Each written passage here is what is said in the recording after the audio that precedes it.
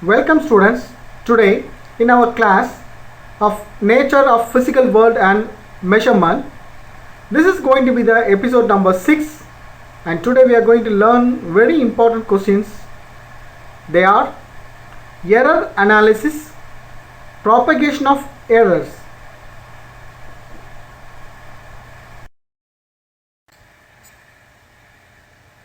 Students, today we are going to see the error analysis.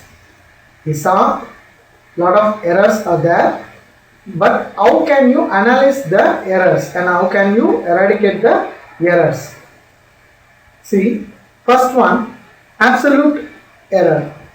The magnitude of difference between the true value and the measured value of a quantity is called absolute error.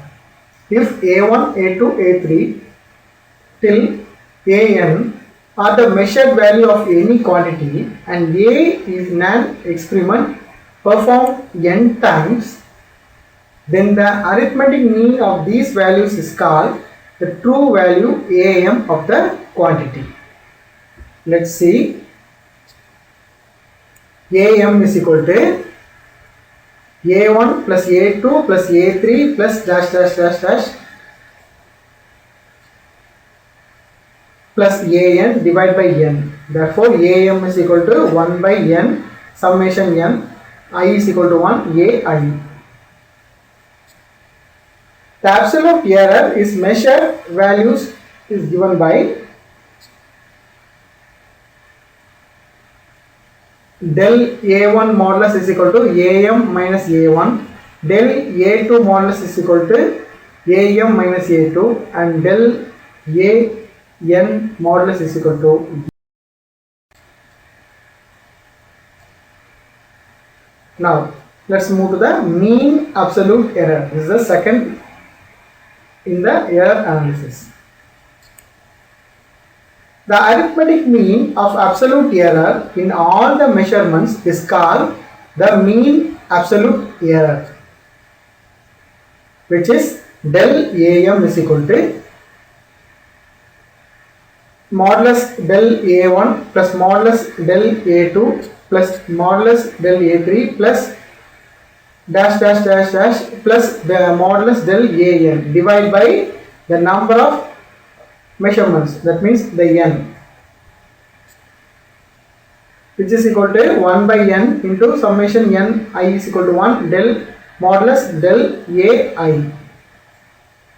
If Am is the true value and del Am is the absolute error, then the magnitude of the quantity may lie between Am plus del Am and Am minus del Am.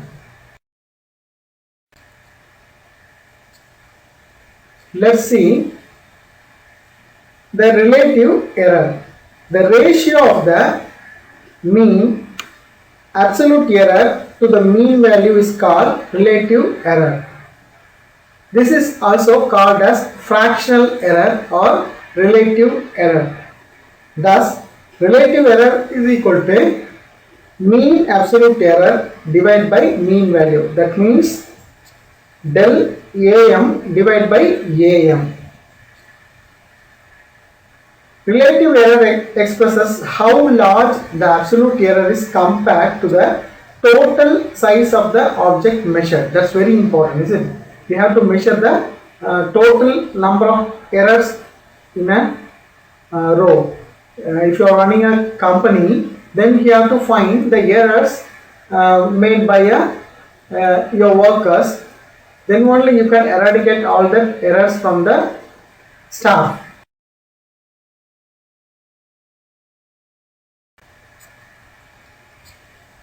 Now,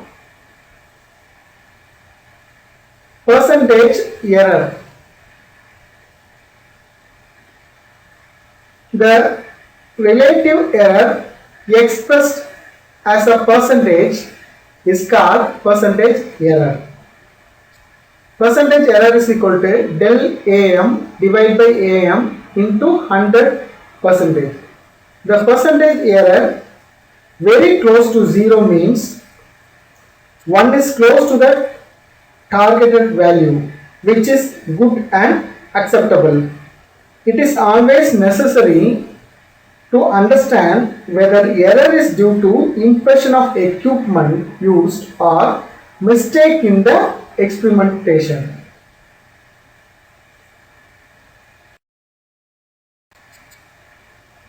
Let's move on to the topic propagation of error.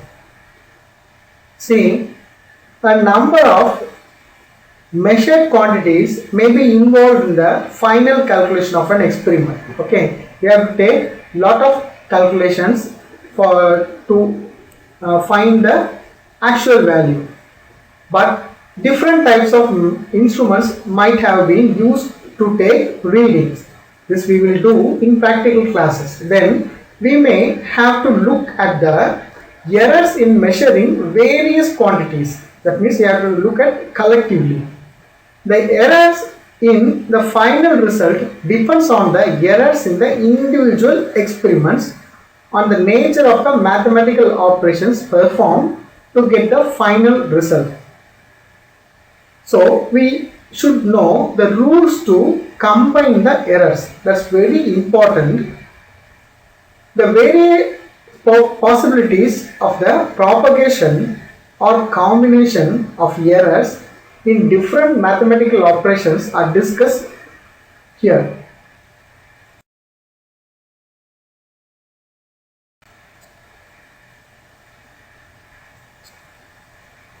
Errors in the sum of two quantities, that means addition of two quantities. Let me explain.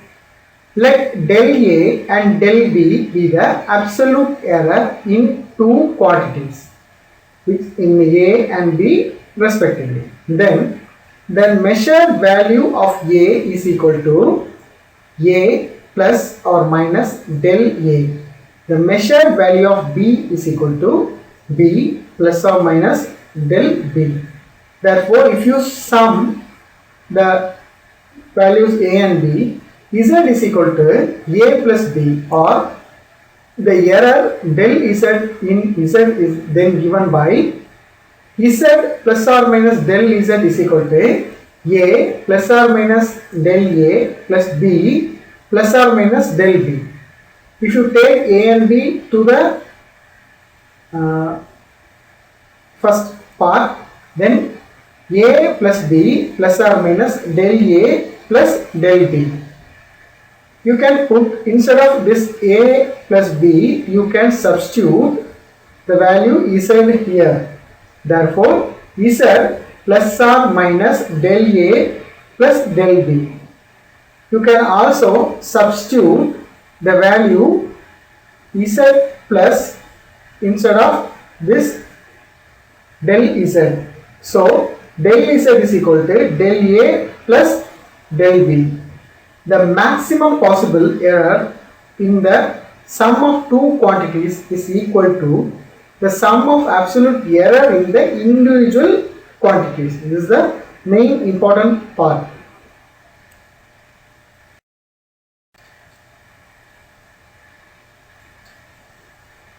Errors in difference of two quantities. Let me explain. The two quantities are not equal, they are different. Now we are going to find the errors in two different quantities. Let del A and del B be the absolute error in the two quantities and A and B respectively. Then the measured value of A is equal to, as usual, A plus or minus del A, and the measured value of B is equal to B plus or minus del B. Now consider the difference. Here we have to subtract A from B. So the error del Z in Z is then given by Z plus or minus del Z is equal to A plus or minus del A minus B plus or minus del B. We can use A minus B as in the term Z instead of this A minus B. So we put Z plus or minus A del A plus or minus del B, and instead of this Z and terms, because the z came here, we can cut this and this. So we can put del z is equal to del A plus del B. Actually, the maximum error in difference of two quantities is equal to the sum of the absolute error in the individual quantity. That's very important in the errors in difference of two quantities. Now let's see the error in the product of two quantities. Here we are using the product. Let del A and del B be the absolute errors in two quantities A and B respectively as usual. Let us consider the product A into B for Z. Okay, that means the Z is equal to A into B. The error del Z in Z is given by Z plus or minus del Z. Therefore, which is equal to A plus or minus del A into B plus or minus del B. If you multiply this, then you will get del AB plus or minus del A into del B plus or minus B into del A plus or minus del A into del B. Now, by dividing the left hand side, okay, by Z and the right hand side by AB, because we know Z is equal to AB, that's why we divide the left hand side by Z and the right hand side by AB. We get 1 plus del Z divided by Z is equal to 1 plus del Z by Z is equal to 1 plus del B by B plus or minus del A by A plus or minus del A by A into del B by B. As del A divided by A and del B divided by B are both small quantities, their product terms can be neglected. So, del A by A into del B by B. The maximum fractional error in Z is del Z by Z is equal to plus or minus del A divided by A plus del B divided by B. Actually, the error in the product of two quantities, the maximum fractional error is the product of two quantities is equal to the sum of the fractional error in the individual quantities. That's very important. Now, let's move to the error in the division or quotient of two quantities. Let del A and del B be the absolute errors in the two quantities A and B respectively. Consider the quotient Z is equal to A by B. The error del Z in Z is given by Z plus or minus del Z, which is equal to A plus or minus del A divided by B plus or minus del B, which is equal to, we take A common, so we substitute 1 plus or minus del A by A, B common, so we put 1 instead of this B plus or minus del B by B. See, we take this A and B out of this brackets, so A divided by B, 1 plus or minus del A by del B. We take this B1 plus or minus del B by B in the higher zone, so we use minus, that means the inverse 1 plus or minus del B by B, and substituting the value for Z plus or minus del Z, we substitute instead of this A and B, from here we substitute Z, so 1 plus del A by A into 1 minus plus del B by B, because this inverse we put its reverse, minus plus. Using 1 plus x the whole bracket n, which is equal to 1 plus nx formula, where n is very much less than, or x is very much less than 1, dividing the both sides by Z, we get 1 plus del z by z is equal to 1 plus del a plus or minus del a by a, 1 minus plus del b by b, which is equal to 1 plus or minus del a by a minus plus del b by b plus or minus del a by a into del b by b.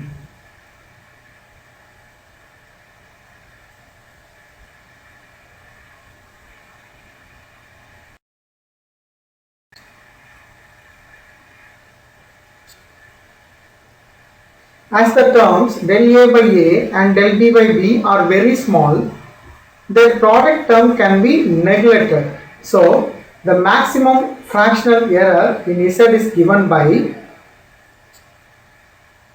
del Z by Z is equal to del A by A plus del B by B.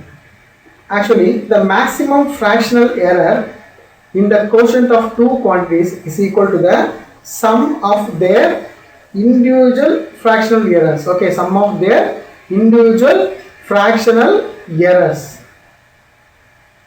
Now, the last one, error in the power of a quantity. We use this power in all the lessons. So, let's see the error in the power of a quantity. Consider the n power of a which is z is equal to an power n. The error a del z in z is given by z plus or minus del z equal to a plus or minus del a the whole bracket, and we put we put n here, and an, taking an common, so instead of an we put 1 plus or minus del a by a the whole bracket n.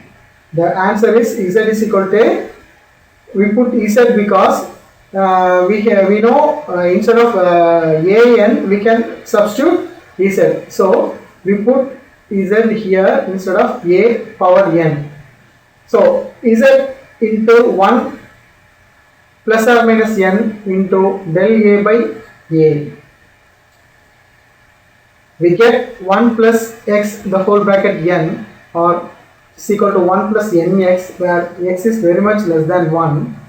Neglecting remaining terms, dividing both sides by z, we get 1 plus or minus del z by z, which is equal to 1 plus or minus n del a by a, or del z by z is equal to n dot del a by a.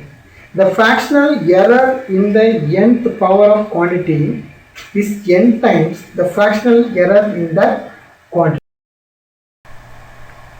I think you had a very long session today. Thank you for your patience.